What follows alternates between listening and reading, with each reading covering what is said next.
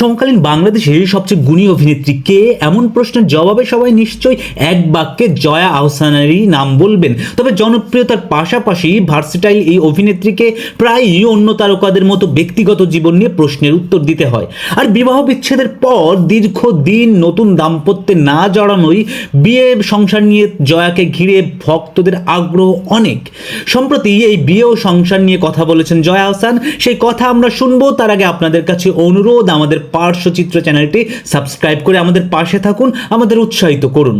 দর্শক, প্রেক্ষাগৃহে চলছে জয়া আহসান অভিনীত নকশি কাঁথার জমিন সিনেমা, আর পাবনায় চলছে তার নতুন ওয়েব সিরিজ জিম্মির শুটিং।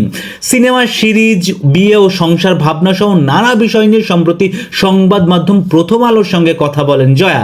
সেখানে তাকে প্রশ্ন করা হয়, জয়া আহসানের কি বিয়ে করে সংসারী হওয়ার কোনো ইচ্ছে নেই, নাকি এভাবেই জীবন কাটিয়ে দিতে চান? এই প্রশ্নের উত্তরে জয়া বলেন, আমি তো সংসারই করছি। বিয়ে করলেই কি শুধু সংসার হয়? আমার দায়িত্ব আছে এত এত, তা সংসারের চেয়ে কম কি? আমি তো এসব করেই সময় পাই না। সবাইকে বিশ্বাস করতে হবে বিয়ে করলেই সংসার হয় না।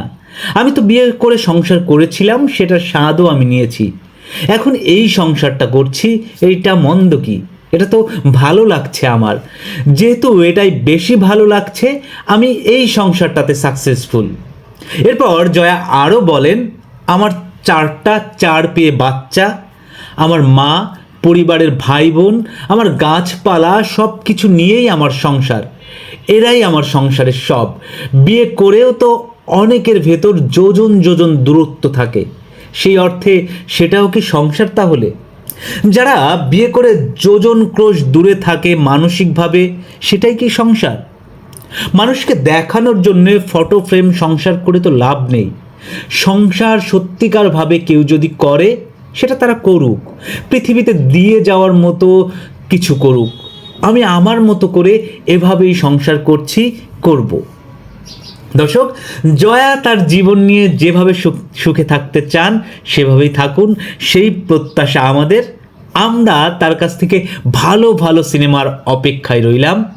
শুভকামনা রইল আপনাদের জন্যে। দেখা হবে নতুন কোনো ভিডিওতে।